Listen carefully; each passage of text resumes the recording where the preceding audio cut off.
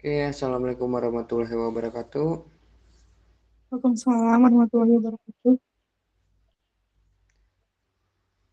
Pertama-tama, kami dari kelompok 4 akan mempresentasikan hasil kerja kami yaitu dengan berjudul Perspektif Penyimpangan Perilaku Lalu Lintas dengan studi kasus kecelakaan Lenteng Agung.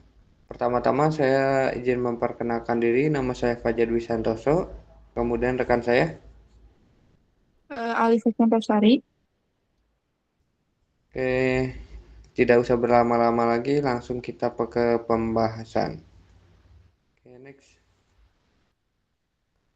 Untuk pembahasan berikutnya akan dilanjutkan oleh rekan saya yaitu Alifah. Waktu dan tempat dipersilahkan. Baik, terima kasih, Fajar. Terus di sini yang pertama akan membahas mengenai definisi perspektif. Menurut KBBI, perspektif adalah upaya dalam melukiskan sesuatu pada permukaan yang mendatar sebagaimana yang sudah terlihat oleh mata telanjang dengan 3 dimensi, yakni panjang, lebar, dan tinggi. Selain itu, perspektif juga mempunyai makna lain, yaitu sebagai sebuah sudut pandangan. Jadi intinya perspektif itu merupakan cara pandang atau sudut pandang dalam melihat dan memahami sesuatu fenomena. Berikutnya di sini ada definisi perilaku menyimpang. Menurut John Lewis Gillin, perilaku menyimpang adalah perilaku yang menyimpang dari norma dan nilai sosial masyarakat yang menyebabkan memudarnya ikatan atau solidaritas kelompok masyarakat tersebut. Jadi intinya perilaku menyimpang itu merupakan tindakan yang melanggar norma atau aturan yang berlaku dalam masyarakat.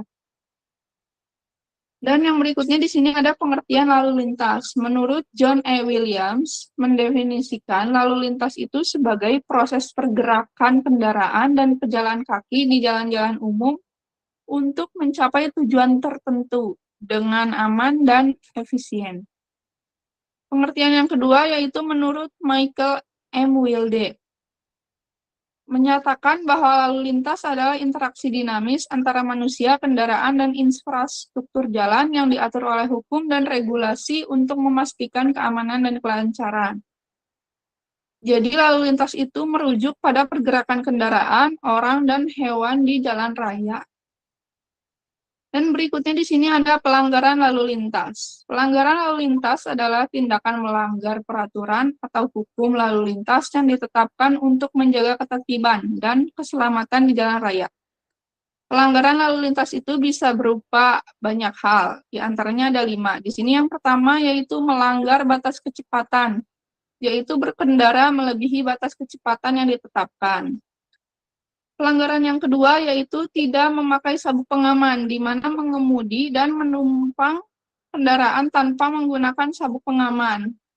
Pelanggaran yang ketiga, menerobos lampu merah, yaitu tidak berhenti saat lampu lalu lintas menunjukkan tanda berhenti. Kemudian pelanggaran keempat yaitu mengemudi dalam pengaruh alkohol atau narkoba, yaitu berkendara dalam kondisi mabuk dan di bawah pengaruh obat terlarang. Dan pelanggaran yang terakhir yaitu melawan arus lalu lintas, yaitu mengubah arah normal arus kendaraan pada suatu jalan raya. Dan di berikutnya yaitu ada peran dan fungsi polisi lalu lintas. Polisi lalu lintas itu memiliki peran penting dalam menjaga ketertiban dan keselamatan di jalan raya. Fungsi utama mereka meliputi, yaitu yang pertama pengaturan dan pengendalian lalu lintas, di mana mengatur arus kendaraan dan pejalan kaki untuk mencegah kemacetan dan kecelakaan. Berikutnya yaitu penegakan hukum lalu lintas, di mana menegakkan peraturan lalu lintas dengan memberikan sanksi kepada pelanggar.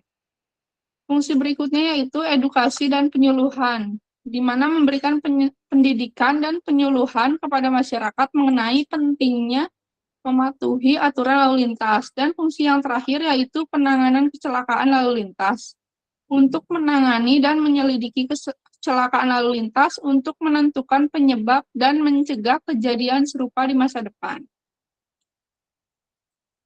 Dan berikutnya yaitu ada teori penegakan hukum. Teori penegakan hukum berkaitan dengan bagaimana hukum diterapkan dan dipatuhi dalam masyarakat.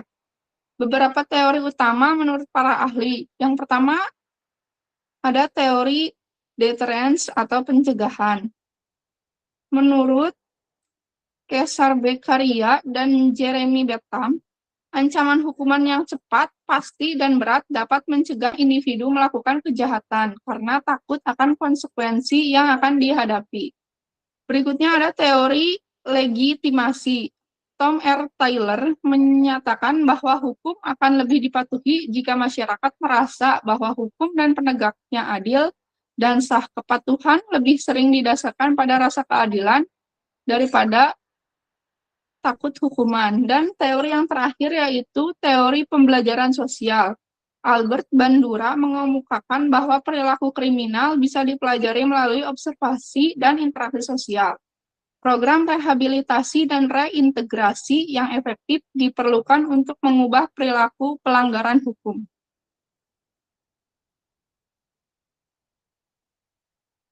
Dan di sini ada studi kasusnya, yaitu kecelakaan 7 motor lawan arus versus truk di Lenteng Agung.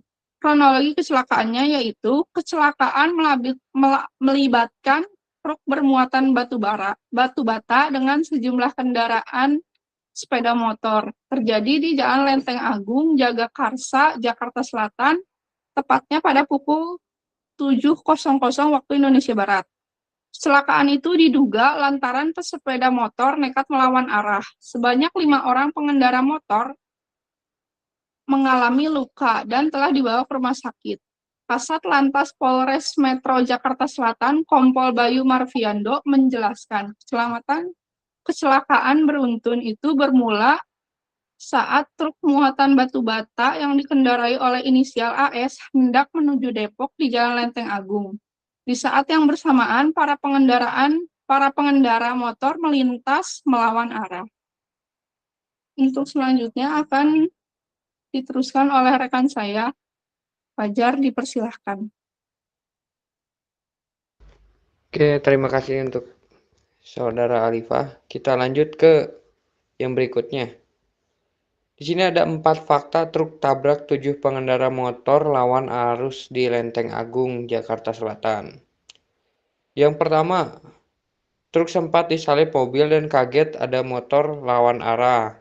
Kemudian yang kedua, tabrak pemotor di Lenteng Agung.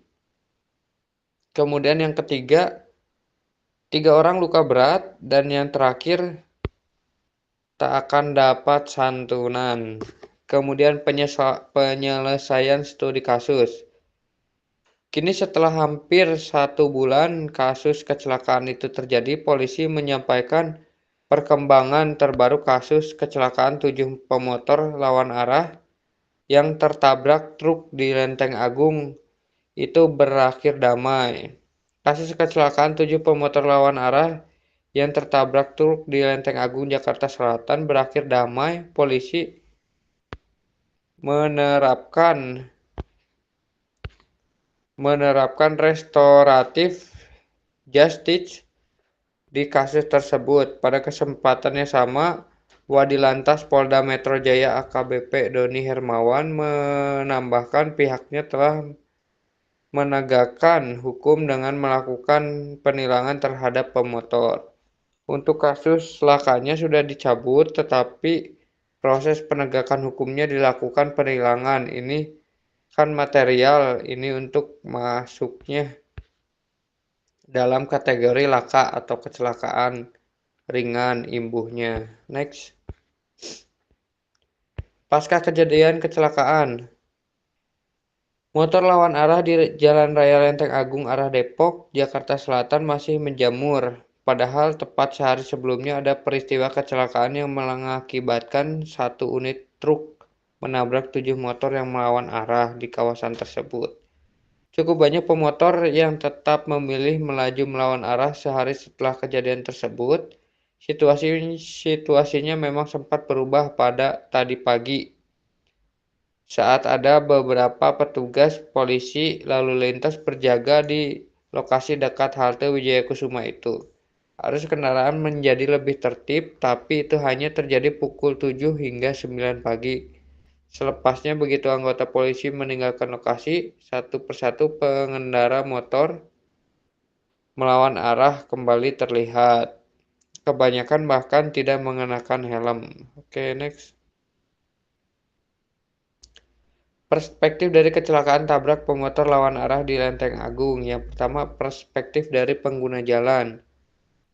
Kecaman terhadap pelanggaran lalu lintas, banyak yang mengecam aksi pemotor lawan arah, menggarisbawahi pelanggaran lalu lintas sebagai penyebab utama kecelakaan. Hal ini mendorong diskusi tentang edukasi dan penindakan tegas pelanggaran lalu lintas. Yang berikutnya, korban dan keluarga. Rasa simpati dan duka cita mengalir kepada korban luka-luka dengan doa dan dukungan untuk kesembuhan mereka. Muncul pula seruan untuk meningkatkan jaminan keselamatan pengguna jalan, khususnya pengendara motor. Yang berikutnya, kekhawatiran keselamatan. Kecelakaan ini memperkuat kekhawatiran masyarakat akan keselamatan di jalan raya, terutama bagi pengendara motor yang rentan.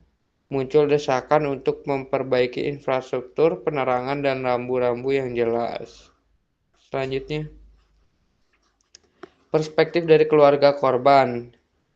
Duka mendalam tentunya. Keluarga korban mengalami duka mendalam atas kehilangan anggota keluarga mereka. Rasa trauma dan frustasi mungkin muncul akibat tragedi ini. Kemudian tuntutan keadilan. Keluarga korban mungkin menuntut keadilan dan pertanggungjawaban dari pihak-pihak yang terkait dalam kecelakaan tersebut. Dukungan psikososial, dukungan emosional, dan psikososial sangatlah penting bagi keluarga korban untuk membantu mereka melewati masa-masa sulit ini. Selanjutnya, perspektif dari supir truk. Trauma dan penyesalan. Supir truk kemungkinan mengalami trauma dan penyesalan atas kejadian tersebut. Dukungan psikososial juga penting bagi mereka yang membantu pemulihan mental. Proses hukum. Sopir truk mungkin akan menjalani proses hukum atas kelalaian atau pelanggaran yang dilakukan, yang kemudian kehilangan pekerjaan. Kemungkinan supir truk akan kehilangan pekerjaan akibat kecelakaan ini menambah beban bagi mereka dan keluarga. Oke, selanjutnya. Kemudian dari perspektif masyarakat luas. Prihatin dan peduli. Masyarakat luas menunjukkan rasa prihatin dan kepedulian terhadap para korban dan keluarga mereka. Bantuan dan donasi mengalir untuk meringankan beban mereka. Yang kemudian diskusi keselamatan jalan. Kecelakaan ini kembali memicu diskusi tentang keselamatan di jalan raya dengan fokus pada edukasi, penegakan hukum, dan infrastruktur yang lebih aman. Tekanan terhadap pihak berwenang. Masyarakat menuntut agar pemerintah dan instansi terkait mengambil langkah nyata untuk meningkatkan keselamatan di jalan raya dan mencegah tragedi serupa terulang kembali. Oke, next. Yang terakhir yaitu perspektif dari para ahli. Analisis kecelakaan. Para ahli di bidang keselamatan jalan dan transportasi dapat menganalisis penyebab kecelakaan yang mengidentifikasi faktor-faktor berkontribusi dan mencari solusi penegakan di masa yang akan datang. Kemudian rekomendasi kebijakan. Berdasarkan analisis, para ahli dapat memberikan rekomendasi kebijakan kepada pemerintah untuk meningkatkan keselamatan di jalan raya seperti memperketat regulasi lalu lintas, meningkatkan infrastruktur, dan meningkatkan edukasi dan kesadaran. Yang terakhir, pentingnya data dan statistik. Kecelakaan ini menunjukkan pentingnya data dan statistik kecelakaan untuk memahami pola tren kecelakaan di jalan raya. Data ini dapat membantu dalam merumuskan kebijakan dan program pencegahan yang lebih efektif. Oke, next. Untuk yang terakhir berikut yaitu kesimpulan dari kelompok kami. Perilaku melawan arus lalu lintas disebabkan oleh keinginan cepat sampai tujuan, mengikuti pengendaraan lain yang salah, dan motivasi untuk melanggar lalu lintas. Pengendara lalu lintas meliputi kecepatan berlebih, tidak mengenakan sabuk pengaman, menerobos lampu merah, dan mengemudi dalam keadaan beralkohol. Polisi lalu lintas berperan dalam mengatur penegakan hukum, memberikan edukasi, dan menangani kecelakaan. Perspektif terhadap kecelakaan truk tabrak pemotor lawan arah di Lenteng Agung beragam, dengan masyarakat menuntut peningkatan keselamatan pengguna jalan. Kemudian keselamatan di jalan raya membutuhkan kerjasama untuk menerapkan budaya tertib berlalu lintas dan mencegah kecelakaan di masa yang akan datang. Oke, sekian dari kelompok kami. Bila ada pertanyaan, sanggahan, atau tambahan boleh dilontarkan di Japri langsung ya, di kelompok kami atau bisa di grup. Mungkin cukup sekian untuk presentasi dari kelompok kami. Mohon maaf ya ada salah-salah kata. Saya Fajar Dwi Santoso, kemudian rekan saya. Alifah Sari. Kita pamit undur diri. Mohon maaf bila ada salah-salah kata. Wassalamualaikum warahmatullahi wabarakatuh. Waalaikumsalam warahmatullahi wabarakatuh.